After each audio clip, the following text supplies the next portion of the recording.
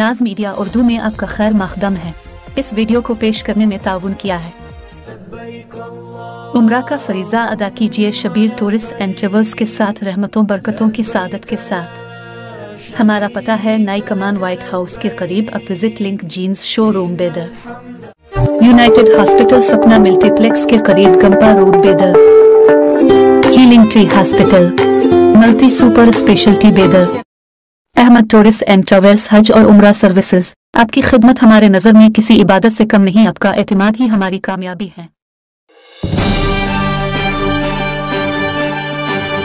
बेदर जिला के पुलिस सुपरिंटेंडेंट चने बसोना एसएल ने बताया कि 11 अक्टूबर को 3 मुलजिमीन जो आंध्र प्रदेश से एक कार में गैर कानूनी तौर पर गांजा ले जा रहे थे, भालकी के रास्ते सोलापुर को बेदर नांदेड़ हाईवे 50 पर हलबरगा क्रॉस के करीब से गिरफ्तार किया गया और उनके पास से 25 किलो 65 ग्राम गांजा जिसकी मालियत 25,65,000 रुपए और एक टाटा इंडिका विस्टा कार जिसकी मालियत 3 लाख रुपए है जब्त किया गया है। बेदर district superintendent of police office के अहाते में तलब करदा प्रेस कॉन्फ्रेंस से खिताब कर रहे थे। मुलजिमान से जब मजीद पूछताछ की गई तो मालूम हुआ कि उन्होंने बेदर में गोनाली रोड के करीब रिक्शा कॉलोनी के एक घर में गांजा जखीरा कर रखा था और जब उन्होंने वहां जाकर तलाशी ली तो 21 किलो 44 ग्राम गांजा बरामद हुआ जिसकी मालियत 20 लाख रुपए थी। इस मामले में कल 47 किलो 9 ग्राम गांजा जब्त की गई है। पूछताछ के दौरान मुलजिमान ने बताया कि वो खानापुर गांव में 3 मोटरसाइकिल और एक घर चोरी की वारदातों में मुलव्वस हैं। उन्होंने बताया कि गांजा फरोख्त करने के इस फेल में मुलव्वस 3 दीगर मुलजिमान फरार हो गए हैं और उनके लिए भी तलाशी मुहिम चलाई गई है।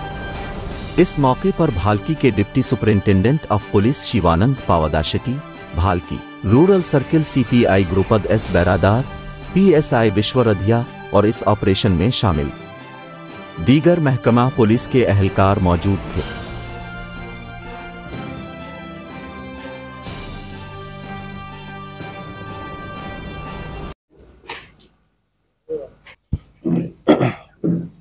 ಬೀದರ್ ಜಿಲ್ಲೆಯಲ್ಲಿ ಈ ಒಂದು ಗಾಂಜಾ ಪ್ರಕರಣಗಳನ್ನು ಪತ್ತೆ ಮಾಡ್ತಾ ಇರುವಂಥದ್ದು, ಜೊತೆಗೆ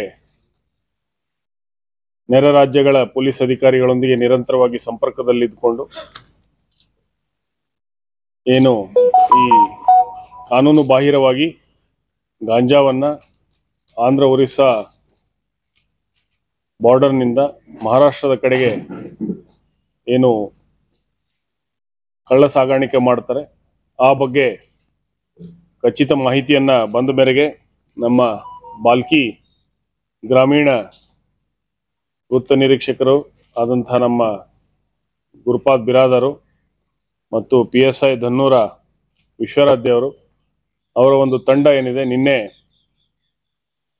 10 ಗಂಟೆ ಸುಮಾರು ಒಂದು ಕಾರನ್ನು ತಡೆದು ನಿಲ್ಲಿಸಿ ಅದರೊಳಗಿರುವಂತಹ 3 ಶಂಕಿತ ವ್ಯಕ್ತಿಗಳನ್ನು ವಶಕ್ಕೆ ಪಡೆದುಕೊಂಡು ಕಾರನ್ನು ಸರ್ಚ್ ಮಾಡಲಾಗಿ ಅದರಲ್ಲಿ 25.65 kg ಗಾಂಜಾ ಅಂದಾಜು 25,65,000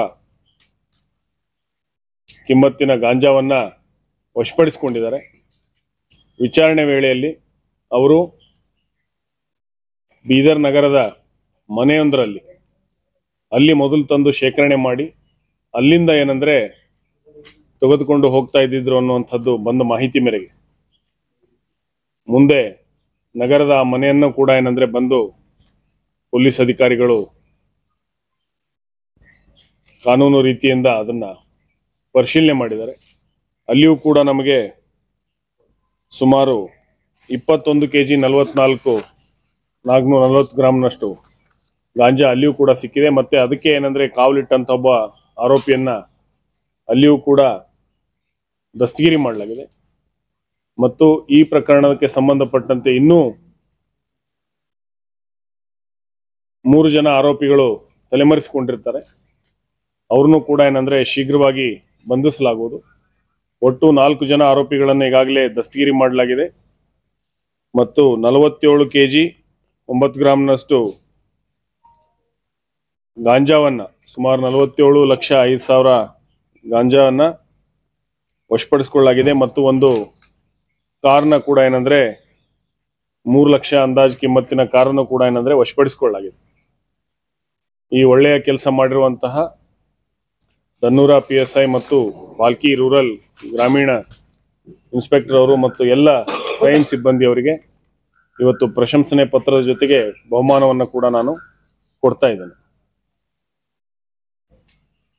ಈ 7 ಜನ ಏನು ಆರೋಪಿಗಳು ಇನ್ವಾಲ್ವ್ ಇದ್ದಾರೆ ಅವ್ರ ಬಗ್ಗೆ